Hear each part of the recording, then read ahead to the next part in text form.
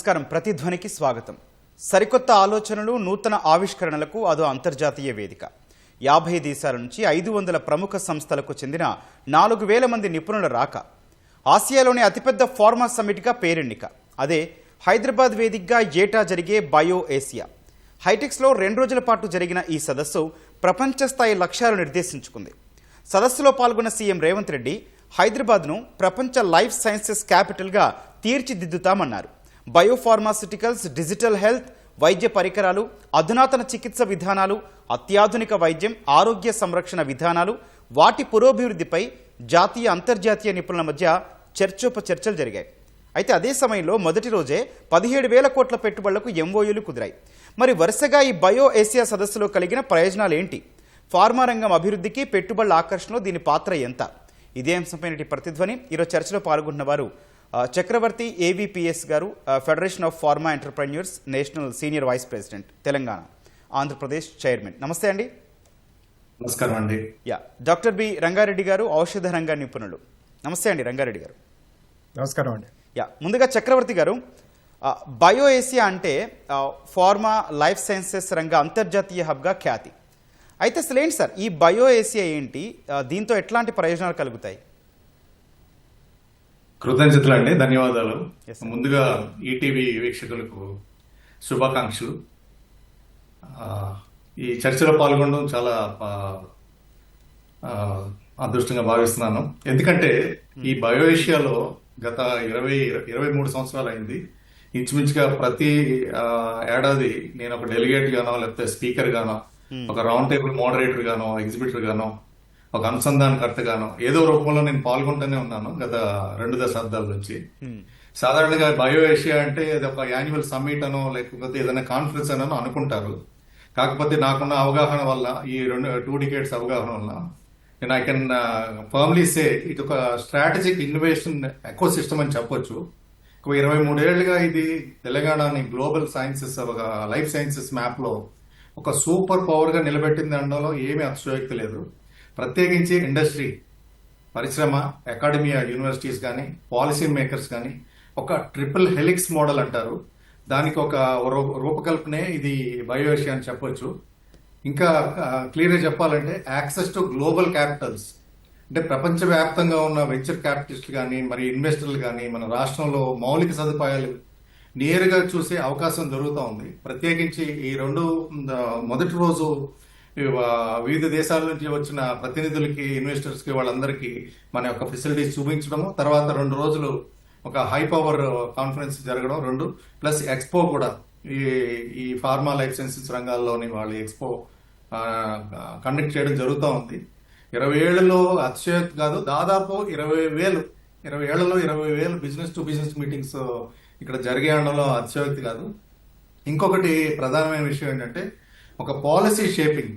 ఇక్కడ జరిగే చర్చల ద్వారా ప్రభుత్వాలు, వేరియస్ గవర్నమెంట్స్ వాళ్ళ విధానాలని, పాలసీస్ ని పరిశ్రమల అవసరాలకి అనుగుణంగా ఎలా మార్చుకోవాలన్నది కూడా డిసైడ్ అవుతుంది.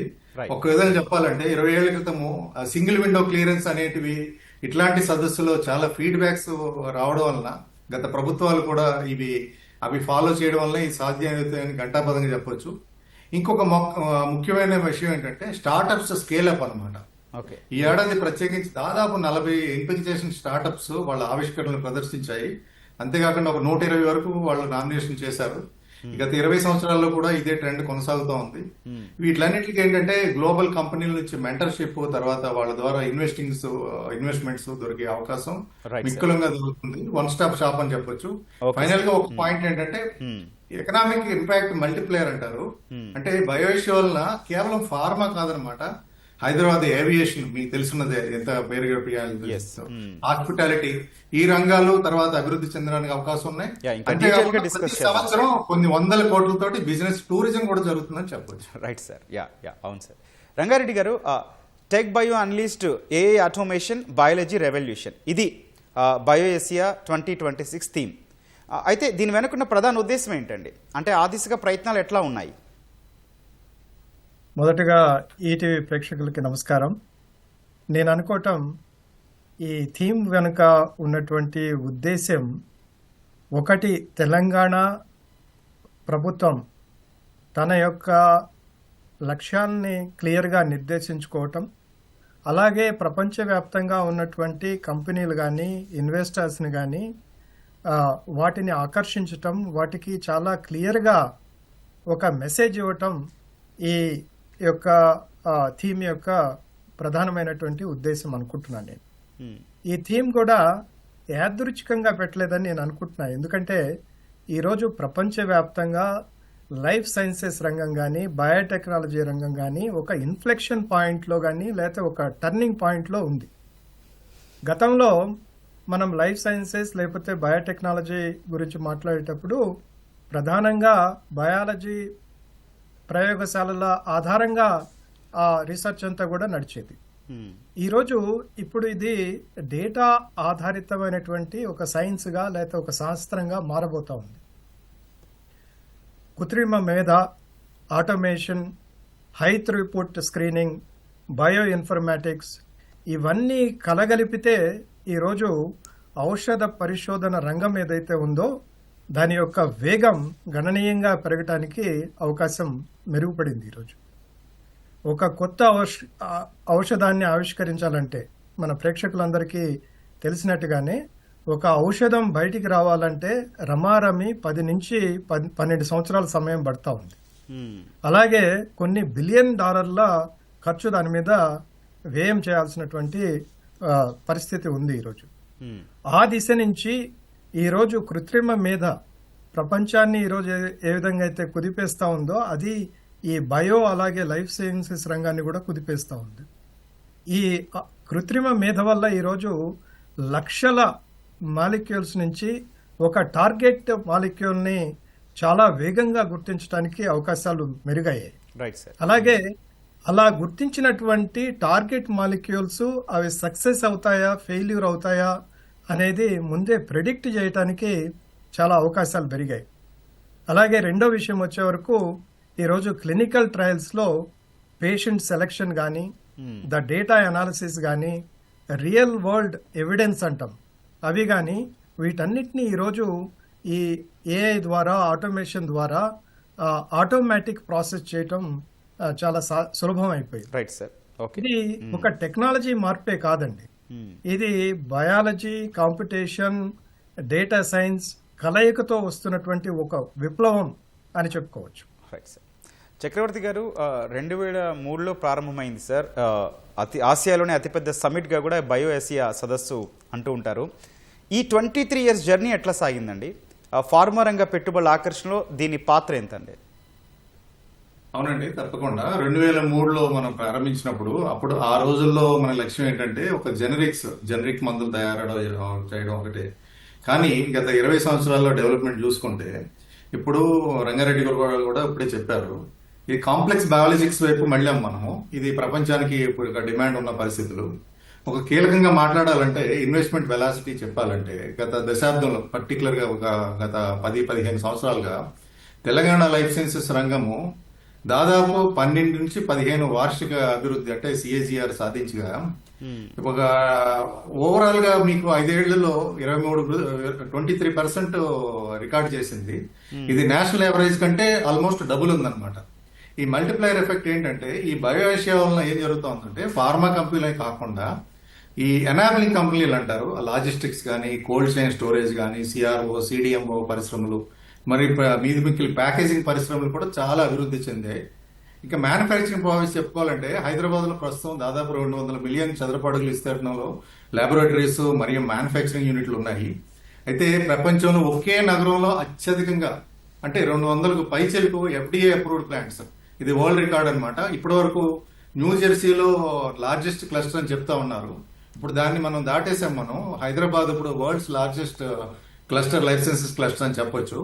అలాగే ఎకో సిస్టమ్ లో చెప్తే 2021లో దాదాపు 50 బిలియన్స్ ఉన్న Telangana life sciences ecosystem ఒక 26కి మనకి అంటే ఎండ్ ఆఫ్ ది 26కి దాదాపు 80 బిలియన్ దాకా మనం టచ్ చేయొచ్చు. ఈ 5 ఏళ్లలో మనం దాదాపు 60% అభివృద్ధి చెందడం చాలా విశేషం. ఇంకా చెప్పాలంటే ఇవన్నీ ఎలా సాధ్యమని అంటే మీకు చిన్న ఎగ్జాంపుల్స్ ఇస్తాను. అంటే గత ఒక 15-20 సంవత్సరాల నుంచి క్లోజ్ గా ఫాలో అవుతున్నాను కాబట్టి ప్రపంచ ప్రసిద్ధిగాంచిన ఈ ఫార్మా లైఫ్ సైన్సెస్ రంగాల నుంచి టాప్ సిఇఓస్, నార్మల్ గా వాళ్ళ టైం ఎంతో బిజీగా ఉంటుంది మీకు తెలుసు. ఒక వాస్ నరసింహన్న ఆయన నోవాటిస్ స్విట్జర్లాండ్ అది world CEO, David Ricks, Eli Lilly, తర్వాత జెఫ్ మార్తా, ఈయన మెట్రానిక్ సిఇఓ, క్రిస్టోఫర్ బార్నర్ ఆయన బ్రిస్టల్ మోడల్ స్కూల్ అని బిఎంఎస్ అంటారు.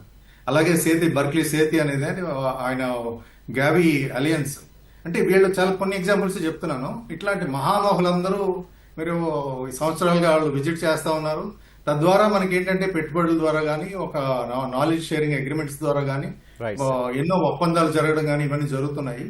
ఒక రకంగా ఒక పెద్ద ecosystem, life sciences ecosystem మంచిగా తయారవడానికి ఇది ఒక కాంజూట్ లాగా, లేకపోతే ఒక వాహనం లాగా, వేదిక లాగా తయారైందని చెప్పారు. Right sir. ఓకే, రంగారెడ్డి గారు, సమ్మిట్కి హాజరైన సీఎం రేవంత్ రెడ్డి వ్యాక్సిన్ రాజధానిగా ఉన్న హైదరాబాద్ను లైఫ్ సైన్సెస్ క్యాపిటల్గా తీర్చిదిద్దుతామన్నారు. ఆ లక్ష్య సాధనకి ఏం చేయాలంటారు? ప్రపంచ దేశాలతో ఎట్లా పోటీ పడాలి? మనకి హైదరాబాద్, తెలంగాణ ఇప్పటికే ప్రపంచ వ్యాక్సిన్ సరఫరాలో కీలక పాత్ర పోషిస్తూ ఉంది. ప్రపంచంలో ఇచ్చే వ్యాక్సిన్ డోసులలో ప్రతి రెండోది, మూడోది ఈరోజు మన హైదరాబాద్ నుంచి ఉత్పత్తి అయ్యి ప్రపంచవ్యాప్తంగా సరఫరా అవుతా ఉంది. కానీ లైఫ్ సైన్సెస్ వరకు వచ్చే వరకు మనం ఇందాక చక్రవర్తి గారు చెప్పినట్టు ఇప్పటి వరకు మన ప్రధానంగా జెనరిక్స్ తయారు చేయటంలో, రివర్స్ ఇంజనీరింగ్ చేయటంలో మనం ప్రధానంగా మన కార్యకలాపాలు జరుగుతూ ఉన్నాయి. అదే సీఎం రేవంత్ రెడ్డి గారు చెప్పినట్టు మన లైఫ్ సైన్సెస్ క్యాపిటల్గా మారాలి అంటే కేవలం తయారీ కేంద్రంగా ఉంటేనే సరిపోదు. రాబోయే కాలంలో రీసెర్చ్ అండ్ డెవలప్మెంట్ మీద, బయోలాజిక్స్ మీద, medical devices, digital health, clinical research వీటన్నిటి మీద దృష్టి పెట్టి ఒక సమగ్రమైనటువంటి ఎకోసిస్టమ్ని అభివృద్ధి చేస్తే తప్పితే ఈ లక్ష్యం ఏదైతే ఉందో లైఫ్ సైన్సెస్ క్యాపిటల్ కావాలనేది ఆ లక్ష్యం మనం చేరుకోలేం. ఈ లక్ష్యం చేరుకోవటం చాలా గొప్ప విషయం అంటే కానే కాదు. మనం గనక రెగ్యులేటరీ వ్యవస్థని వేగవంతంగా, పారదర్శకంగా తయారు చేసి గ్లోబల్ క్లినికల్ ట్రయల్స్ నిర్వర్తించేటటువంటి సామర్థ్యాన్ని కనుక పెంచుకొని, అలాగే మనకున్నటువంటి ఇక్కడ అకాడమియా అంటే యూనివర్సిటీస్ కానీ, మనకు ఉండేటటువంటి పరిశ్రమలు కానీ వీటి మధ్య ఒక బలమైనటువంటి భాగస్వామ్యం గనక తయారు చేసి, ఈ మూడోదిగా మనం గనక లోకల్గా ఉండేటటువంటి నైపుణ్యాన్ని గనక అభివృద్ధి చేసుకోగలిగితే డెఫినెట్గా ఈ గోల్ రీచ్ అవటం అనేది అసాధ్యమైతే కాదండి. రంగారెడ్డి గారు, అట్లాగే ఈ తెలంగాణలో జీసీసీలు క్యూ కడుతున్నాయి కదండి. సో ఫార్మా రంగంలో ఎట్లా ఉందండి ఈ పరిస్థితి? అంటే భవిష్యత్ ఎట్లా ఉండబోతుంది? చాలా బాగుందండి. ఎందుకంటే మనకు ఆల్రెడీ ఒక మోడల్ తయారైపోయింది. ఎందుకంటే మీకు అందరికీ తెలిసినటువంటి విషయమే, ఐటీ రంగంలో ఈరోజు ప్రపంచంలో ఉండేటటువంటి అత్యున్నతమైనటువంటి సంస్థలు ఆల్రెడీ వాటి యొక్క గ్లోబల్ సెంటర్స్ ఇక్కడ తెరిచాయి. దాన్నే ఈరోజు ఫార్మా, బయోటెక్ రంగంలో కూడా రెప్లికేట్ చేయబోతున్నారు. ఇప్పటికే ఆల్రెడీ చాలా ఫార్మా కంపెనీలు వాళ్ళకి కావాల్సినటువంటి రీసెర్చ్ అండ్ డెవలప్మెంట్ సపోర్ట్ కానీ, ఫార్మకా విజిలెన్స్ కానీ, క్లినికల్ డేటా మేనేజ్మెంట్ కానీ, ఏఐ అనలిటిక్స్ కానీ వాటికి సంబంధించినటువంటి యూనిట్స్ను ఆల్రెడీ ఇక్కడ తీసుకొస్తా ఉన్నాయి. బెస్ట్ ఎగ్జాంపుల్ ఏంటంటే నోవార్టిస్ ఇక్కడ హైటెక్ సిటీలో వాళ్ళకి గ్లోబల్ డేటా సెంటర్ ఇక్కడి నుంచే పనిచేస్తూ ఉంది. ప్రపంచవ్యాప్తంగా వాళ్ళు జరిపేటటువంటి క్లినికల్ ట్రయల్ డేటా ఏదైతే ఉందో దాన్ని సమగ్రంగా పరిశీలించటం, పరిశోధన చేయటం, దాన్ని అనలైజ్ చేయటం ఇక్కడ హైదరాబాద్ లోనే జరుగుతూ ఉంది. దీనివల్ల ఏమవుతుందంటే మనకి హైదరాబాద్ లో హై వాల్యూ ఎంప్లాయ్మెంట్, ఇప్పటి వరకు ఏంటంటే బీపీఓలు వాటి ద్వారా మన పిల్లలకి 20,000, 25,000 ఉద్యోగాలు వస్తూ ఉన్నాయి. రాబోయే కాలంలో ఈ జీసీసీస్ ద్వారా మన నైపుణ్యమైనటువంటి ప్రజలకి ఎక్కువ అవకాశాలు పెరుగుతాయి. తద్వారా హై వాల్యూ ఎంప్లాయ్మెంట్ అనేది కూడా క్రియేట్ అవుతుంది. దీర్ఘకాలంలో కనుక చూసుకునేటట్టయితే ఇది మనల్ని తయారీ కేంద్రం నుంచి ఒక ఇన్నోవేషన్ హబ్ గా మార్చబోతుందనే చెప్పేదానిలో ఏమాత్రం సందేహం. Right sir. చక్రవర్తి గారు, దావోస్ లో తెలంగాణ ప్రభుత్వం ప్రకటించిన next gen life sciences policy అంతర్జాతీయ కంపెనీలను ఆకర్షించడంలో ఎంతవరకు సఫలమవుతుందండి? చాలా ముఖ్యమైన విషయం అండి. we need to elaborate a little bit. ప్రధానంగా మనం చూసుకోవాలంటే ఇప్పుడు సింపుల్ గా చెప్తే ఫార్మా రంగంలో ప్రధానంగా కెమికల్స్ మనకి రా మెటీరియల్ అవుతుంది. ఇప్పుడు ఫ్యూచర్ లో ఏమవుతుందంటే ఇప్పుడే రంగారెడ్డి గారు చెప్పారు, డాటా మరియు ఆర్టిఫిషియల్ ఇంటెలిజెన్స్ ఇవి కూడా కీలకమైన పదార్థాలుగా అవబోతున్నాయి. తర్వాత దీనివల్ల మనకి Telangana bio innovation gateway of India, అంటే తెలంగాణ మనకి దేశ లైఫ్ సైన్సెస్ రంగానికి ఒక ముఖద్వారంగా కాబోతుంది. కాపీ పేస్ట్ టు క్రియేట్ అన్నమాట. అంటే జెనరిక్స్ నుంచి మనము మన ఓన్ డిస్కవరీ సాధించే స్థాయికి ఎదుగుతున్నాము. అదే వాల్యూ టు వాల్యూమ్ అంటారు కదా, వాల్యూ ఓవర్ వాల్యూమ్, అంటే వాల్యూమ్ నుంచి వాల్యూకి దిశగా వెళ్తా ఉన్నాము. డిజిటల్ ఇంటిగ్రేషన్ కూడా ఇప్పుడు ఏఐ మరియు మెషిన్ లెర్నింగ్ వల్ల ఏంటంటే మందుల తయారీ ఖర్చు కూడా మనకి తగ్గిపోతుంది. ఇంకా ప్రధానంగా దీనికి వస్తే గనక ఈ లైఫ్ సైన్సెస్ పాలసీ మనకి ఎట్లా అట్రాక్ట్ చేస్తుంటే, ఇది ఈ మనం అడిగింది ప్రత్యేకంగా చెప్పాలంటే ఇప్పుడు ఉన్నది దాదాపు ఒక 50 బిలియన్ అట్లా ఉంటే గనక ఈ ఎకో సిస్టమ్ ఒక 100 బిలియన్ కి ఎలా చేర్చడం, అది ఇమీడియట్ టార్గెట్.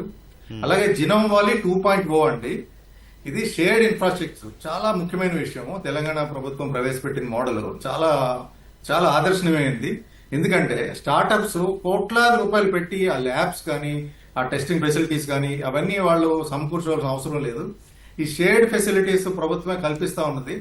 దీనివల్ల ఏమవుతుందంటే ప్రభుత్వం కల్పించే అత్యాధునికమైన ల్యాబ్స్ వలన పేపర్ యూజ్ అన్నమాట, వాళ్ళకి అవసరమైనంత వరకే వాళ్ళు ఖర్చు పెట్టుకుని వాళ్ళ సర్వీస్ పొందొచ్చు. ఇంకొక ముఖ్యమైనది ఏంటంటే గ్రీన్ ఫార్మాసిటీ గురించి మీరు వినే ఉంటారు. దాదాపు 19,000 ఏకర్స్ లో జీరో లిక్విడ్ డిశ్చార్జ్. ఈ భవిష్యత్ అంతా ఫార్మా రంగం ఇదే మాట్లాడుతూ ఉంటుందండి. మీరు తీసుకోండి, పర్యావరణ రహితమైన మందులు ఎలా తయారు చేస్తారు, వీటికే ఫ్యూచర్ లో డిమాండ్ ఉంది. మీరు కేవలం మందులు చేశారా, ఎంత మందులు చేశారు, ఎంత రేటుకి సప్లై చేస్తున్నారు, ఇది ఒక్కటి చూడదు. మీరు ఎట్లాగా జెడ్ఎల్డి ప్రాసెస్ ద్వారా మీకు ఉందా లేదా, ఇది అంతర్జాతీయ ఈఎస్జీ నియమాలు, ఎన్వైరన్మెంటల్ సోషల్ అండ్ గవర్నెన్స్ నియమాలు ప్రమాణాలకు అనుగుణంగా చేస్తారా లేదా అనేవే ముందు చూస్తుంది. దీనివల్ల ఈ న్యూ పాలసీ వల్ల ఈ గ్లోబల్ కంపెనీస్ ని అట్రాక్ట్ చేయడానికి చాలా అవకాశం ఉంది. ఇంకొక 2 పాయింట్లు ఏంటంటే ప్రధానంగా మనం స్కిల్ యూనివర్సిటీ దాదాపు 5 లక్షల ఉద్యోగాలకు సరిపడా రెడీ టు హైర్ అనమాట. అంటే ఇన్నాళ్ళు మనకి కాలేజ్ నుంచి వచ్చిన వెంటనే వాళ్ళని హైర్ చేసుకోవడానికి వీలు లేకుండా పోయింది. వాళ్ళని ట్రైన్ చేసుకోవాలి, వాళ్ళ రంగాల్లో మళ్ళీ నిష్ణాతత పొందడానికి ఈ స్కిల్డ్ యూనివర్సిటీ వలన టాలెంట్ అందించడానికి ఈ లైఫ్ సైన్సెస్ యూనివర్సిటీ లేదా స్కిల్ సెంటర్ ఇవి ఏర్పాటు చేస్తుంది కొత్త పాలసీలో. జీసీసీ ఇప్పుడే రంగారెడ్డి గారు చెప్పారు. అంటే మనము కేవలం మ్యానుఫ్యాక్చరింగే కాదు, మనం రీసెర్చ్ మరియు మేధోమథనం అంటే బ్రెయిన్ వర్క్ అన్నమాట, ఇదంతా జరగాలని ఇక్కడ అనుకుంటుంది. ప్రభుత్వం దానికి తగ్గట్టు ఇన్సెంటివ్లు కూడా ఇవ్వడానికి ప్రపోజల్ చేసింది. సో ఇవన్నీ కూడా ముఖ్యంగా పొందుపరచబడి ఇంకా ఈ బయో ఏషియా ఎట్లా ఉపయోగపడింది అంటే చిన్న ఎగ్జాంపుల్ మీరు చెప్తే, ఒక జినోమ్ వ్యాలీ ఎక్సలెన్స్ అవార్డ్ అని మనకి ఒక ట్రెడిషనల్ గా మనం ఇస్తా ఉన్నాము. దీనివల్ల ప్రపంచవ్యాప్తంగా మనకి ఇన్వెస్ట్మెంట్ అట్రాక్షన్ కానీ మనకి హైదరాబాద్ రంగం టాప్ లో తెలియడానికి అవకాశం దొరికింది. ప్రొఫెసర్ బ్రూస్ లెనిన్ ఈసారి కార్డ్సీ సెల్ థెరపీలో క్యాన్సర్ ఇమ్యూనోథెరపీలో ఆయన ఐడల్, ఆయనకి ఇవ్వడం జరిగింది. ఇట్లాగా చాలా మంది గ్లెగ్ మెమెన్జా గానీ, రాబర్ట్ లాంగర్, మీకు మోడర్నా తెలుసు కదా, మోడర్నా సహ వ్యవస్థాపకుడు, ఆయనకి కూడా మనం ఇక్కడ ఇవ్వడం జరిగింది. నోబెల్ గ్రహీత వైజ్మెన్, ఇట్లాంటి ఎంతో మందికి ఇక్కడ ఎక్సలెన్స్ అవార్డ్స్ ఇవ్వడం వల్ల ప్రపంచ దృష్టిని మనం ఆకర్షించడానికి చాలా. ఫార్మా రంగంలో ఎట్లాంటి మార్పులు చూడొచ్చు? ఇప్పుడే చక్రవర్తి గారు కూడా చెప్తూ ఉన్నారు ప్లాంట్ బేస్డ్ మెడిసిన్ అని. మనకి ఫార్మా రంగంలో పెను మార్పులు రాబోతా ఉన్నాయి. ఈ పెను మార్పుల గురించి మనం భయపడాల్సిన అవసరం కానీ సంకోచించాల్సినటువంటి అవసరం లేదు. ఎందుకంటే ఈ ఆర్టిఫిషియల్ ఇంటెలిజెన్స్ ఏదైతే ఉందో ఈ ఫార్మా రంగాన్ని నాకు తెలిసినంత వరకు 3 ప్రధాన దశల్లో ప్రభావితం చేయబోతా ఉంది. మొదటిది డ్రగ్ డిస్కవరీ. ఇంతకుముందు మాన్యువల్గా లక్షల మాలిక్యూల్ని స్క్రీన్ చేసేవాళ్ళు. అది ఒక భారీ ప్రక్రియగా ఉండేది. అది వ్యయ ప్రయాసాలతో కూడుకున్నటువంటి అలాగే సమయంతో కూడుకున్నటువంటి ప్రక్రియగా ఉండేది. ఈరోజు మనకు వస్తున్నటువంటి ఆర్టిఫిషియల్ ఇంటెలిజెన్స్ బేస్డ్ ఆల్గరిథమ్స్ ఏదైతే ఉన్నాయో ఈ లక్షల మాలిక్యూల్స్ని కొన్ని రోజుల్లో లేకపోతే కొన్ని నెలల్లోనే చాలా వేగంగా గుర్తించి వాటిని ఆ టార్గెట్ మాలిక్యూల్స్ ఐడెంటిఫికేషన్ని ఆ ప్రక్రియనంతా కూడా చాలా వేగవంతం చేస్తాం. యాదృచ్ఛికంగా నిన్న నేను చక్రవర్తి గారు ఒక MOU సైనింగ్ కార్యక్రమంలో పాల్గొన్నాం బయో ఏషియాలోనే. మన హైదరాబాద్కి చెందినటువంటి సైన్వి బయోసైన్సెస్ అనే ఒక అంకుర సంస్థ ఒక పెద్ద సంస్థతోటి ఒప్పందం కుదుర్చుకుంది.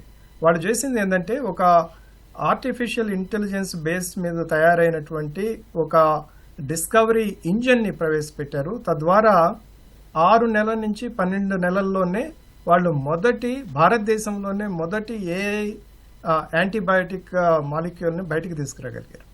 అది మనకి తెలియజేస్తుంది ఏంటంటే రాబోయే కాలంలో ఈ ఏఐ యూసేజ్ వల్ల డ్రగ్ డిస్కవరీ వేగవంతం కావటమే కాకుండా దాని యొక్క వ్యయం పలు రెట్లు తగ్గేదానికి అవకాశం ఉంది. Right. రెండవది Okay, sir. Clinical trials.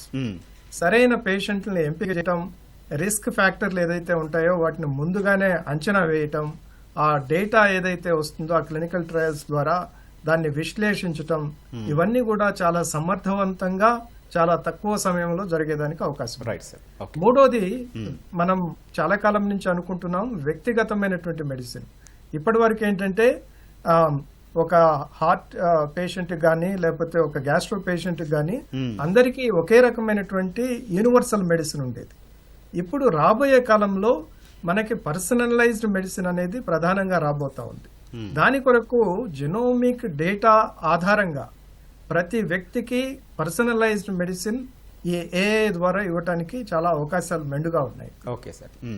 Right. చక్రవర్తి గారు, దేశాన్ని బయోఫార్మా హబ్గా తీర్చిదిద్దేందుకు బయోఫార్మా శక్తి అనే పథకం తీసుకురానున్న కేంద్రం 5 ఏళ్లలో 10,000 కోట్లు పెట్టుబడులు పెడతామంది. అసలు ఏంటి సార్ ఈ కొత్త పథకం, ఏంటి ప్రయోజనం? సరే, చాలా ముఖ్యమైన విషయం అండి. మీరు చాలా మంది అందరూ వీక్షకులు బడ్జెట్ చూసే ఉంటారు. బడ్జెట్ లో ప్రవేశపెట్టినప్పుడు మొట్టమొదటి లైన్ వారు గౌరవ ఆర్థిక మంత్రి నిర్మలా సీతారామన్ గారు చెప్పింది దీని గురించి చెప్పారు, బయోఫార్మా శక్తి గురించి చెప్పారు. అంటే దాన్ని బట్టి ప్రభుత్వాలు, అది రాష్ట్ర ప్రభుత్వం అవనివ్వండి, కేంద్ర ప్రభుత్వం అవనివ్వండి, ఎంత ప్రాముఖ్యత ఇస్తున్నాయో చెప్పగానే చెప్పినాయి. అయితే ఈ పథకం ద్వారా మనం ఇన్నాళ్ళు మనం ఏమనుకుంటున్నాము, ప్రపంచానికి మందుల దుకాణం అంటే ఫార్మసీ ఆఫ్ ది వరల్డ్ అని చెప్తా ఉన్నాం కదా. ఇది ఫ్యూచర్ లో discovery hub of the world కింద మారడానికి ఇది చాలా దోహదపడుతుంది.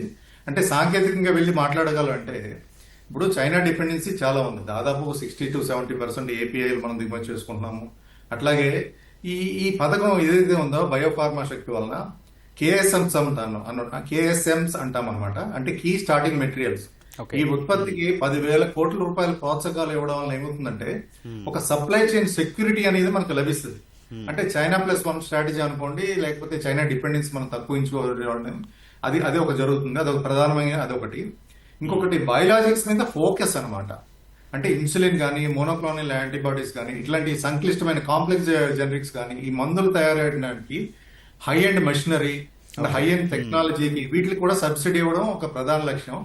ఇక ఫైనల్ గా చెప్పాలంటే క్లినికల్ ట్రయల్స్ రిఫార్మ్, ఇది రంగారెడ్డి గారు ప్రశ్నించారు.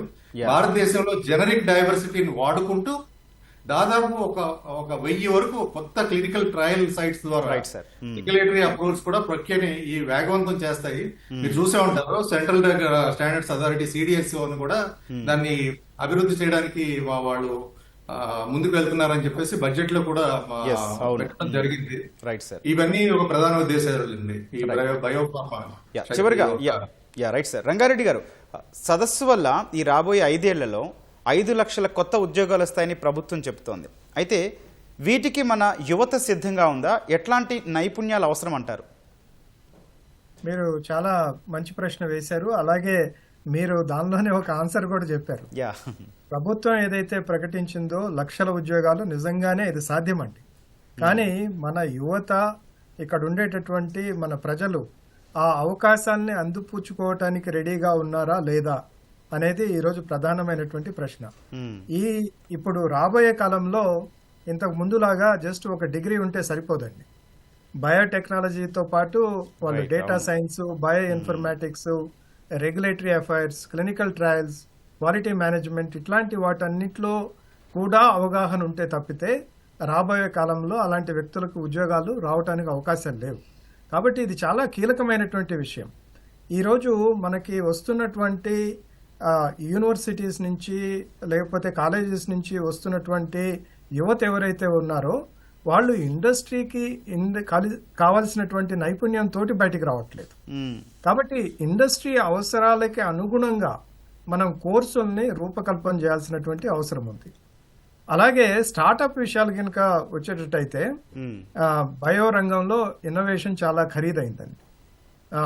ఇది ఒక ఫండింగ్ ఉంటేనే సాధ్యం కాదు.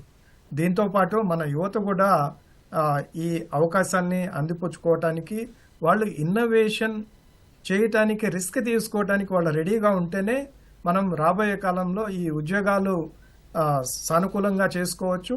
అలాగే మనం అనుకున్నటువంటి 5 లక్షలు 10 లక్షల ఉద్యోగాలు నిజంగానే ప్రజల దాకా పోయేదానికి అవకాశం ఉంటుంది.